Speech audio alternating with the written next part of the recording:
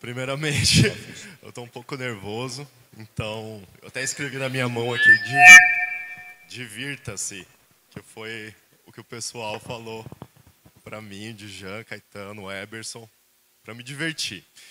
Então vamos lá, respirar fundo, começar. Sou Nel Ávila, plantador de árvores, e essa daqui é uma muda de abacate. Na verdade, são duas mudas de abacate. E elas foram feitas pela minha mãe. Então dá para entender que esse gosto por plantas e natureza vem de casa, né? Bom, o abacate ele é rico em gorduras boas, rico em fibras e baixo em carboidratos. Então, para quem tem diabetes, por exemplo, ele ajuda a controlar o índice de glicemia do sangue. Tem uma outra curiosidade sobre o abacate. Ele tem uma toxina também, chamada persina. Essa toxina, ela não faz mal para os tatus, por exemplo, que tem o abacate na dieta. Mas para cachorros e gatos ele pode ser um pouco perigoso. Eu tenho um amigo que tem os dois, tem um abacateiro e tem um cachorro. O cachorro dele é grande, inclusive. E ele adora abacate. Então, quando é época de abacate, o cachorro vai lá e devora vários. Curiosamente, o cachorro dele descarta a casca e o caroço, onde estão a persina, e só come os frutos. Bom, nem sempre foi natural eu chegar e me apresentar como plantador de árvores ou contar alguma curiosidade sobre elas. Até porque eu sou formado em publicidade e propaganda. Mas antes de fazer publicidade e propaganda, eu fiz parte do curso de engenharia ambiental e sanitária. Eu queria, na época, salvar baleias. E aí eu entrei no curso de engenharia ambiental. Durante o curso, obviamente, eu percebi que eu não ia salvar baleias. E eu ainda teria que aprender uma disciplina chamada Fenômeno dos Transportes, que era a junção de física, química e matemática na mesma matéria. Então, aquilo ali, para mim, foi demais. E eu abandonei o curso. Decidi seguir minha vocação e ir para publicidade e propaganda. Até porque, desde pequeno, desde guri, eu sempre tive como inspiração um fotógrafo italiano chamado Oliviero Toscani. O Oliviero Toscani fazia as campanhas da Benetton. Eram campanhas que levantavam várias questões sociais, traziam muitas discussões pertinentes para a nossa sociedade através de imagens muito fortes e que, ao meu ver, continuam atuais até hoje. Então, eu já na área de publicidade e propaganda, eu montei uma agência aqui em Campo Grande. E esse caos que eu vou contar agora, ele se passa aqui, exatamente no Parque das Nações Indígenas, onde eu estou falando agora. Esse cliente da agência era um feirão de automóveis. E o briefing, eu lembro até hoje que o briefing desse cliente era vender, vender, vender, claro. Mas feirão por feirão, a gente tinha que ter um algo a mais. Foi quando a gente sugeriu para que cada veículo vendido a gente fosse plantar uma árvore. A ideia foi aprovada e o feirão acabou sendo um sucesso. Vendemos 500 veículos em um final de semana. E lá fomos nós preparar esse plantio, né, das 500 árvores. Pedi autorização aqui para o parque, para o plantio, ir atrás das 500 mudas, né, para fazer esse plantio acontecer, deixar prontos os 500 berços para receber esses bebês árvores também aqui no parque. E chegou o grande dia do plantio. Estava aqui, presente, o pessoal da concessionária, os vendedores, diretoria, as capivaras que moram aqui no parque também estavam presentes, claro. E tinha um mascote também. O feirão chamava Feirão do Descontão. Então o mascote ele era um cifrão dourado, meio desengonçadinho assim. E eu lembro que no dia do plantio ele causou bastante. Assim, ele pulava, tirava foto com todo mundo, tirou foto com árvore por árvore. Plantamos durante aquele dia, chegamos no final do dia, plantamos as 500 árvores. E naquela época eu não sabia que para plantar aqui no parque, a gente teria que cercar as mudas de árvores. Então, do mesmo jeito que a gente plantou essas 500 árvores, elas desapareceram logo em seguida. Com certeza, enquanto a gente plantava aquelas 500 árvores, as capivaras aqui no parque pensaram assim: cara, que galera legal, né? Estão aí plantando uma saladinha para a gente comer mais tarde. Mas não tem nem como culpar as capivaras, né? Tem que ficar brabo com elas porque elas são muito fofas, né? E, claro, como tudo na vida fica um aprendizado. Podia ter parado por aí, né? Porque meu primeiro plantio não foi tão bem sucedido assim. Mas passaram-se uns anos, o ciclo da agência se encerrou e eu fui chamado para trabalhar em São Paulo. E eu lembro que lá em São Paulo a minha régua socioambiental ela aumentou muito, porque foi quando eu tive acesso a cursos e especializações e trabalhei muito na área socioambiental com vários clientes. Ia fazer uns 5 anos que eu estava morando lá e chegou o ano de 2020. E junto com o ano de 2020 chegou a pandemia. Ali naquele momento eu parei para pensar, né, o que eu ia fazer da minha vida, qual seria o próximo passo que eu iria tomar. Como muita gente fez naquela época, eu fiz esse movimento de sair da cidade grande e voltar para o interior. Mas não só para as raízes do estado, voltar para Mato Grosso do Sul. Eu queria estar conectado com a natureza mesmo, perto da natureza. Foi quando eu decidi morar em Bonito. Foi, né, uma decisão, claro, baseada no paraíso que Bonito é, e na capital do ecoturismo do Brasil, né? Eu lembro que, eu morando lá já também em 2020, o que aconteceu? Chegaram os incêndios recordes do Pantanal, que destruíram 30% do bioma. E eu lembro que eu abria a janela de casa, é como se eu estivesse sentindo essa sensação agora, e a fumaça entrava dentro de casa. Não tinha pôr do sol.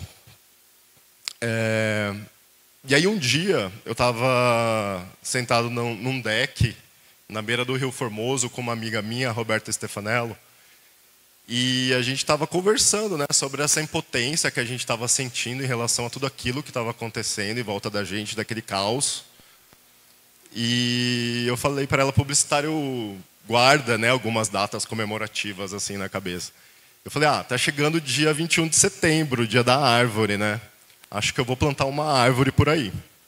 Aí ela virou para mim e falou assim: olha, eu tenho 1 hectare, se você quiser plantar lá. Eu falei, caraca, dá para plantar 1000 árvores. Ótimo, a gente saiu de lá já bolando essa ação. Chegou o dia 21 de setembro, o dia da árvore, e a gente estava com tudo preparado e começamos a ação. Eu lembro que tinha muita gente conhecida, muita gente que eu não conhecia, que eu conheci no dia.